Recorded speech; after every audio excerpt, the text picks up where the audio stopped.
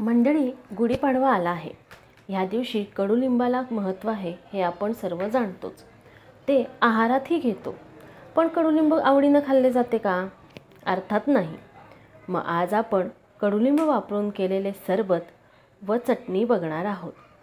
हे सरबत चवीला खूप छान होते।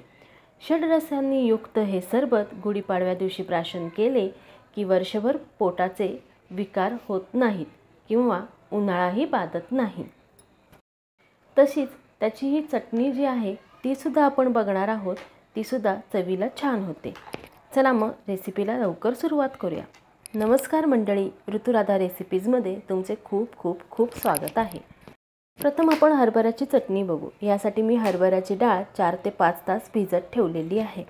नंतर त्यातले सगळे पाणी काढून घेऊन ही डाळ मी एका भांड्यामध्ये काढून घेते। आता यामध्ये मी मिरची घालत आहे। मिरची तुम्ही तुमच्या आवडीनुसार कमी जास्त करू शकता। आता कडुलिंबाची पाने घालायची। कोवळी कोवळी कडुलिंबाची पाने यामध्ये घालायची आहेत।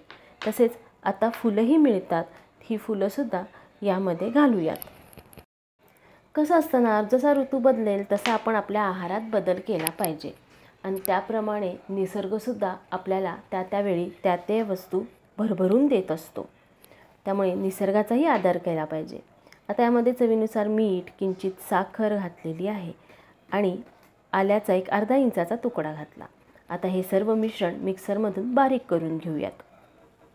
1-2 वेळा पल्स मोडवर फिरवून हे मिश्रण बारीक करायचं आहे। एकदम बारीक नाही करायचं, आपल्याला ह्याची भरडच करायची आहे। तुम्ही बघू शकता हे मिश्रण मी मिक्सरमधून बारीक केलेलं आहे।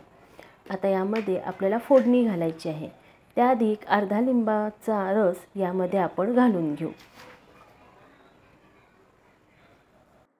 आता फोडणीसाठी मी काय केलं, तेल गरम केलं, त्यात मोहरी घातली। मोहरी तडतडल्यावर त्यामध्ये हळद, हिंग आणि कढीपत्त्याची पाने घातली आणि ही गरम गरम फोडणी, खमंग फोडणी या चटणीला दिलेली आहे। आता सर्व मिश्रण चांगले एकजीव करून घेऊ।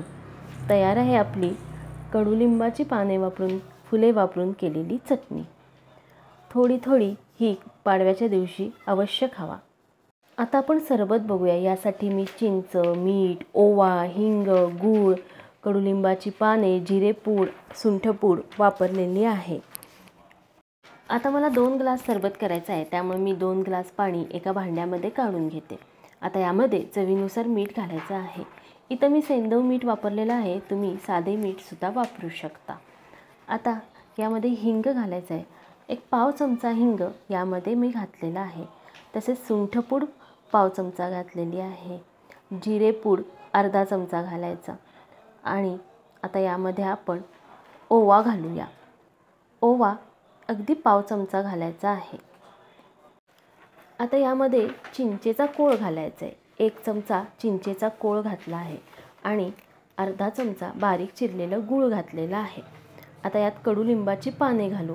अगदी कोवळी लालसर जी पानं आहेत ती पानं यामध्ये हातानेच मोडून घालायची आहेत। आता बघा, ह्यामध्ये मी चिंच घातलेलं आहे जे आंबट आहे, मीठ खारट आहे, ओवा सुंठपूड तिखट आहे, हिंग तुरट आहे, गूळ गोड आहे आणि कडुलिंबाची पानं कडवट आहेत। असं षड्रसयुक्त आपले हे सरबत होणार आहे। पाचक आहे।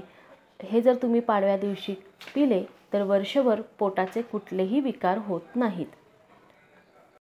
चवीला तर हे खूपच सुंदर होते। घरातली सगळी जण अगदी सरबत हे आवडीनं पितील। आता यामध्ये मी कडुलिंबाची फुले सुद्धा घालत आहे। ह्या दिवसात छान पालवी फुटलेली असते, त्यामुळे अगदी कोवळी पानं आणि फुलं सहज मिळतात। आता हे मिश्रण चांगले आपण एकजीव करून घेऊया। हे सरबत तुम्ही नक्की करून बघा, घरातील सगळ्यांना अगदी आवडेल हे मी खात्रीनं सांगते। आता आपण हे सरबत सर्व करू। त्यासाठी मी प्रथम ग्लासमध्ये भिजवलेली चणा डाळ घातली। सरबत पिताना मध्ये मध्ये ती चणा डाळ आली की तेवढीच छान लागते। आता यामध्ये बर्फ घातलेला आहे आणि मग तयार केलेले सरबत या ग्लासमध्ये आपण ओतून घेऊ। तुम्हाला हे सरबत माहिती होतं का? माहिती असेल तर आम्हाला कमेंटमध्ये नक्की सांगा। आणि हे षड्रसांनी युक्त, सगळ्या चवींनी युक्त सरबत कसे वाटले तेही कमेंट करून नक्की सांगा। आणि हो मंडळी, असे मस्त मस्त खाण्यासाठी स्वस्थ राहा आणि स्वस्थ राहण्यासाठी असेच मस्त मस्त खात राहा. त्यासाठी आमचे चॅनल सबस्क्राईब करा, कारण अशा जुन्या पारंपरिक हेल्दी रेसिपी आम्ही नेहमीच दाखवत असतो. ही रेसिपी शेवटपर्यंत बघितल्याबद्दल धन्यवाद.